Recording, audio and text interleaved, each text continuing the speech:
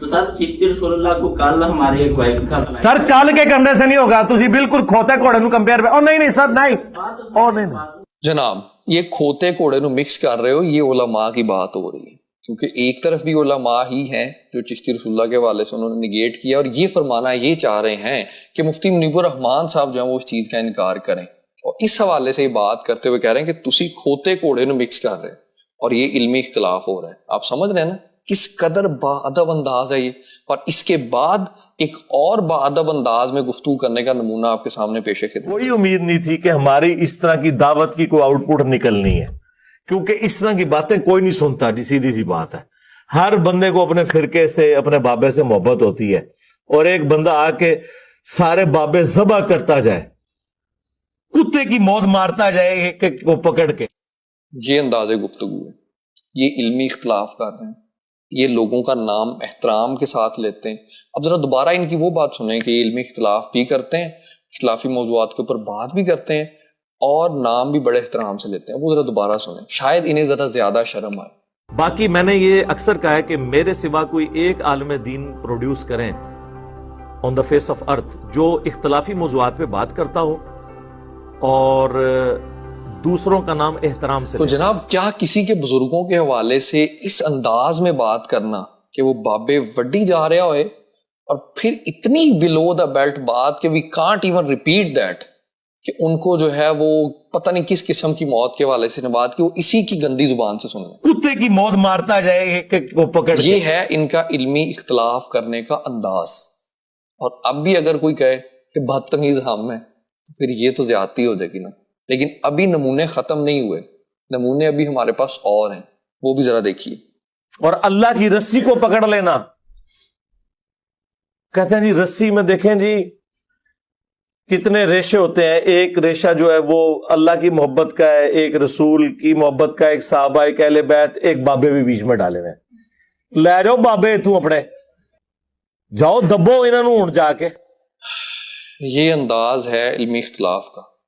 کہ جاؤ بابے دبو جا کے، انہوں جا کے لے جاؤ بابے تو۔ یہ اولیاء اللہ کے حوالے سے بات ہو رہی ہے، اس قدر عجیب رویہ، اس قدر نامناسب انداز، اور پھر اس کے بعد بھی کہا جائے کہ مرزا صاحب تو بڑے اچھے انداز میں علمی اختلاف کرتے ہیں اور ہم بدتمیز ہیں۔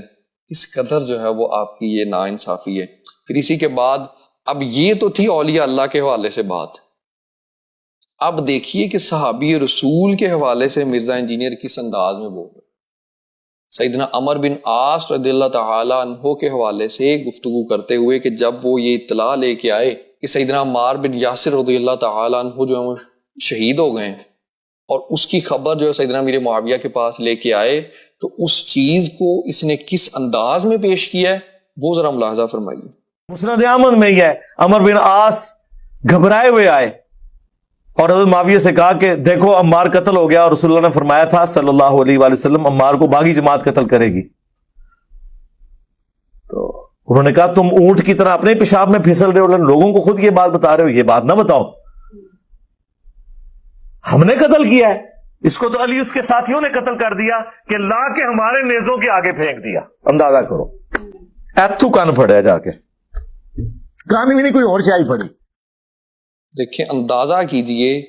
کہ شخص صحابی رسول کے حوالے سے گفتگو کر رہا ہے اور پھر کہہ رہا ہے اسی کی زبان سے سنیں، ایتھو کان پھڑیا جا کے، کان بھی نہیں کوئی اور شاہی اس کے بعد بھی کوئی شخص یہ کہے کہ مرزا انجینئر تو بڑا با ادب ہے، بڑا تمیز والا ہے، بڑا سویلائزڈ ہے، اور ہم لوگ ان سویلائزڈ ہیں، یہ ہمیں بات کرنے کی تمیز نہیں ہے، تو اس بندے کو ضرور اپنے دماغ کا یا کانوں کا علاج کروانے کی ضرورت ہے۔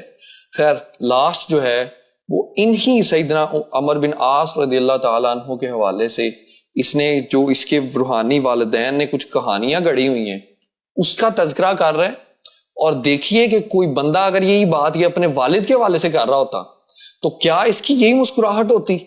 کہ میرے ابا جی کے حوالے سے لوگوں نے بغیرتی کی کہانیاں گھڑی ہوئی ہیں، تو کیا یہ اسی طرح مسکراتے ہوئے بات بیان کر رہا ہوتا چاہے وہ کسی کے حوالے سے بات کر رہا ہوتا؟ لیکن ادھر یہ بات بیان کر رہا ہے اور اپنے چہرے کے اوپر اس نے غلاظت بھری اور گندگی بھری جو ہے وہ مسکراہٹ سجائی ہوئی ہے، وہ بھی ذرا سنیں۔ ادھر سے آئے جناب اتنی پرسنالٹی کہ ان کے نام کے اوپر آج تک عمرو و یار کی کہانیاں پڑھائی جاتی ہیں، یعنی ان کی نسبت کی وجہ سے. میں نے نہیں لکھی کہانیاں، میرے متھے نہ مار دینا. عمرو ابن عاص رضی اللہ تعالیٰ عنہ، ہم تو نام احترام سے لیں. یہ نام جو ہے وہ احترام سے یہ لے رہا ہے. ابھی اتنی ساری یہ بات بیان کرنے کے بعد بھی لاسٹلی یہی بات یہ بولتا ہے کہ ہم تو نام احترام کے ساتھ ہی لیں گے. میری اپنے ان تمام دوستوں سے جو اس شخص کو سنتے ہیں، اسے کسی حد تک اچھا سمجھتے ہیں یا اس کی گفتگو سے یہ دیکھ کے امپریس ہو جاتے ہیں کہ وہ کتابیں سامنے لگا دیتا ہے، اسکرین شاٹ سامنے لگا دیتا ہے، بس اتنی سی چیز سے امپریس ہو جاتے ہیں. گزارش ان سے صرف یہ ہے کہ کیا اس قسم کے جملے کہ آپ کے والد نے قانونی کو ہور شاہی پڑھی اور اسی کے ساتھ ساتھ آپ کے والد کے حوالے سے کوئی کہے کہ اس طرح کی کہانیاں مشہور ہیں، کیا آپ کو دکھ ہوگا؟ اور اگر ہوگا تو کیا آپ اس شخص کو دوبارہ سنیں گے؟ اور اگر نہیں سنیں گے اور آپ اس شخص کو اس کو اچھا سمجھتے ہوئے آج بھی سن رہے ہیں تو آپ کو اپنے ایمان کے حوالے سے غور کرنے کی اشد ضرورت ہے. دین کی بات پھیلانا صدقہ جاریہ ہے. ثواب کے نیت سے ویڈیو کو شیئر ضرور کیجیے. جزاک اللہ.